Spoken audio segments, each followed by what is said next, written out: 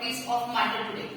So the name of the chapter is what? It is an thermal properties of matter. Okay. So now the word indicates what? The matter word indicates what? Matter will have the three states of the matter. Which are three states of the matter?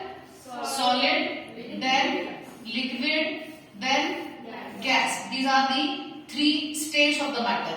Why these three states are separated? On which basis?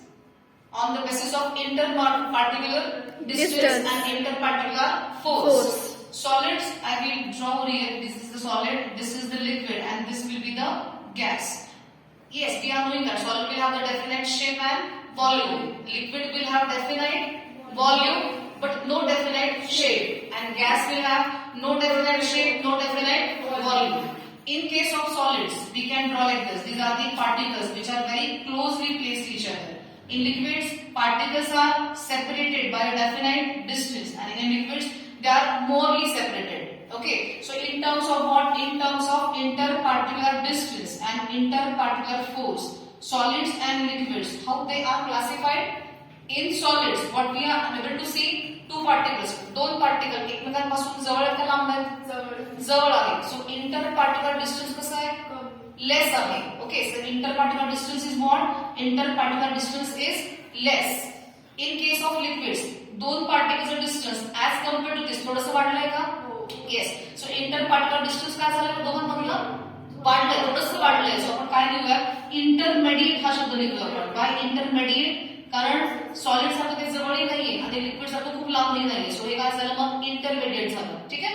In case of gas, दोन सॉलिडचे particles, दोन लिक्विडचे particles, आणि हे काय झाले? दोन्ही गॅसचे particles आणखी लांब गेलेत का? येस. मग यातलं इंटर पार्टिक्युलर डिस्टन्स कसं आहे? इंटर पार्टिक्युलर डिस्टन्स हे जास्त आहे. मग याला काय म्हणायचं? High. Inter particular distance is high. Now in case of interparticular force, obviously दोन गोष्टी एकमेकांच्या जवळ असतील तर त्या दोघांचा फोर्स काय असेल? स्ट्रॉंग. दोघं जरा लांब गेले काय होईल? फोर्स कमी होईल. आणखी लांब गेल्यावर काय होईल? आणखी कमी होईल force. So in case of solids जर डिस्टन्स दोघांचा खूप कमी आहे तर या दोघांत कोणता फोर्स असेल? जास्त असेल. पण कोणता फोर्स असेल? It will have the attractive force. So हा जो फोर्स आहे तो कसा आहे? Force will be high. Again, liquid will have what? Liquid will have the intermediate force. And in case of your gas, that force will be less. So this is a very basic parameter we have to remember for what? For the kinetic theory of gases, about the mechanical properties of the solids. Because all these are the mechanical properties. What is this mechanical? What indicates? What is this mechanical?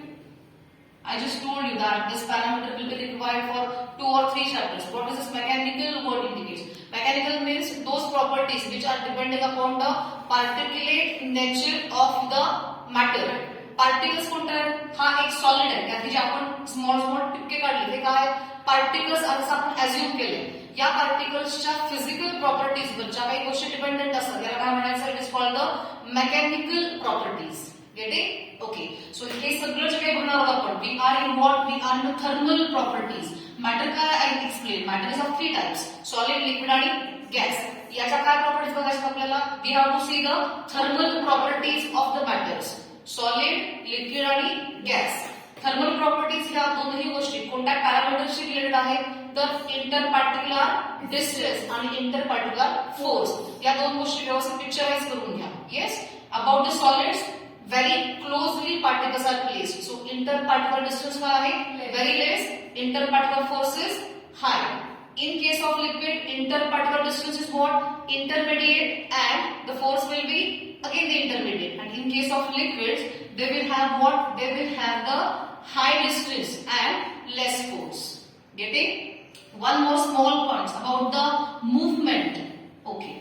So we have heard about this word. This movement. Movement means if I am stationary at one position, because मी उभी आहे, मी movement दाखवते का? नाही. If I am moving here and there, I am moving?